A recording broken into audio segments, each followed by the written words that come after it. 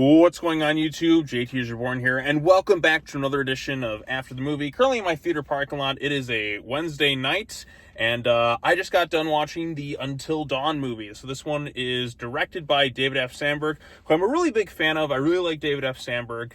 He made Lights Out, Annabelle Creation, the two Shazam movies, and now Until Dawn. But he's also done a lot of short films on YouTube, and a lot of his videos are very informative about like the technical aspects and that, how he goes about making things. Like David F. Sandberg, really cool guy. I just am a big fan of him. So when he was announced as the director for Until Dawn, which is a video game I actually liked quite a bit. So I actually own the video game. I think I even own like the spin-off game, which is like a VR shooter or whatever. And there's also like from the same studio, I think they made a game called The Quarry, which is like a concept of basically you play the game.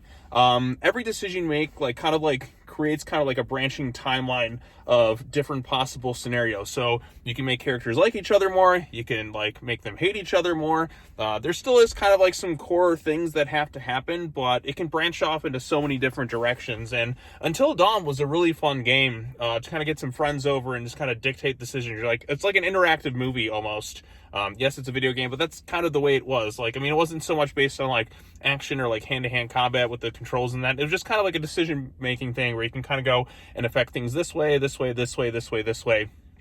And depending how you play the game, like all your characters can survive or only a few of them can survive. So Until Dawn was a really fun game, and The Quarry is another one too. If you get the chance to play those games, like I had a blast with The Quarry. I was like playing through like an 80s slasher film.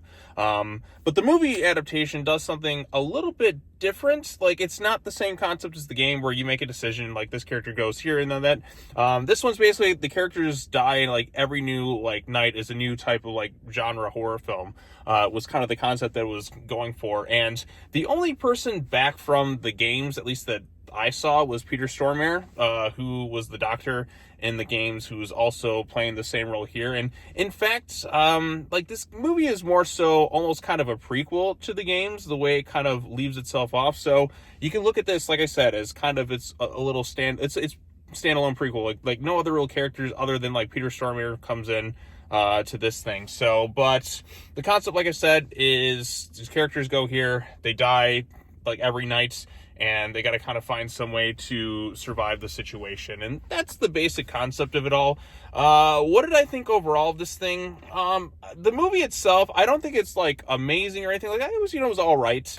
The first couple, like 5 to 10 minutes of this movie has some really bad exposition. Like every character announces like all their traits and all that too. Hi, I'm so-and-so. Did you know that I did this and this? Like you all should know each other. Like it felt very like expository heavy, like early on to start the film, and it didn't really do much. Like it just kind of explained everyone rather than kind of show. Like it was like just like exposition dump, like every character and their stats to kind of start things off. And as that was going on, I was thinking, ooh, we might be in a little bit of trouble here. But then once they go to their little location and the horror deaths and all that start happening, it does become a little bit fun. There are some things from the game that really kind of carried over, like obviously Peter Stormare, who was in both. You have the Wendigos, which was really cool. I remember those fucking things from the game, and they just really annoyed the piss out of me because you're always trying to like escape from them. And yeah, then you also have like these killer clown things, which I think might have been in the game if I recall correctly. I don't know. I mean, the game's like 10 years old. I haven't played the game in a really long time. It's at least like since 2018, 2019, and I'm trying to remember back, but like there's certain things, like I remember Hayden Panettiere, Rami Malek was in the game too. So there are some things that do carry over, but it mostly kind of does its own standalone thing. The emotional storyline with the characters, there's nothing to write home about. This movie just feels like you're set foot in like a haunted house. That's the best way to kind of describe this thing. Like you got thrown in one of those haunted houses and they're just throwing every different horror thing kind of at you. Like this type of monster here, this thing, that thing. And like they just try to have a little bit of fun with the concept. There's some pretty entertaining gory kills in this thing. There's like one, my favorite one is like where they drink the water and you see what it does to them. That's always kind of fun. Just to see kind of the results. I won't give that away, but they have all sorts of crazy, wacky types of kills and all that. But like I said, like, you're not going to get behind. I couldn't really get invested as much in the characters like as I would have liked to. Like, they try to have like an emotional arc, but it doesn't really pay off much for me. There isn't really much in the way of scares, despite David F. Sandberg crafting some like pretty intense scary sequences in things like Annabelle Creation and Lights Out. But this one, it's just like I said, it's the writing's not as strong as it's been in like other things, and they don't exactly explain like how this world kind of works. But sometimes that's okay with the mystery aspect of it all. Like, you don't always need to know everything. Sometimes it's best like kind of having things better left like unsaid. But I would have liked a little bit more knowledge. Okay, why does this thing kind of work like this way? Like, just a little bit more would have kind of like gone a long way. But hey, it is what it is, I suppose. So, but if you're looking for just a movie where you have a bunch of characters in, they go through some crazy kind of wacky like kills from like start to finish, the movie does progressively become a little bit more fun as it goes on, and the concept is kind of interesting enough. I just think the execution could have been a little bit better. So, like, in terms of like the David F. Sandberg movies, at the very tippy top, I still got to go with the first Shazam. That's my favorite film in the DC Extended Universe. I think that film is wonderful. Then I'd probably go like Annabelle Creation, Lights Out, then like Shazam 2, and then this one's probably like last place for me in terms of David F. Sandberg's movies.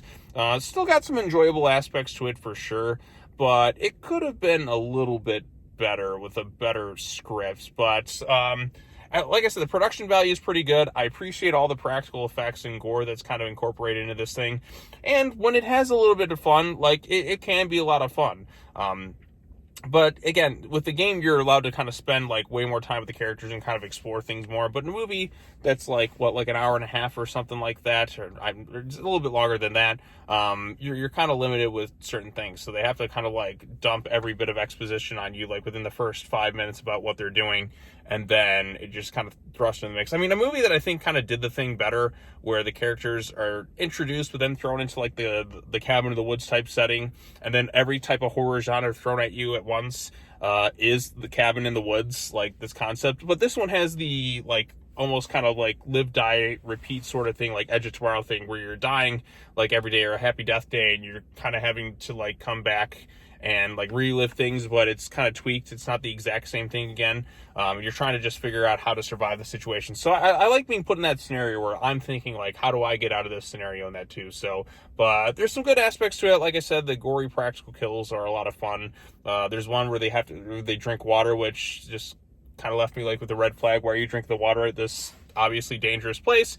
But there is a payoff to that, and that was genuinely pretty funny. So, yeah, so some cool things in there. Not amazing or anything like that. Not the worst video game adaptation. It's not one I'm going to really jump back to revisit anytime soon, but I am glad I saw it for what it was. And yeah, so like not a total dud or anything like that. I just think it could have been just a little bit stronger, in my humble opinion. But hey, it is what it is. So if you have seen Until Dawn, or if you have played the game or the spinoff or the Quarry or anything like that, or if you're a fan of David F. Sandberg like I am, what did you think of the movie? Post your comments down below. Be sure to like this video, share it with your friends, subscribe to the YouTube channel for more content, hit that bell for notifications, all the other fun stuff. That's going to wrap it up for this. It's good to be back doing it after the movie once more. And as always, take care now. Bye-bye then, and I will see you all in the next video. Peace out.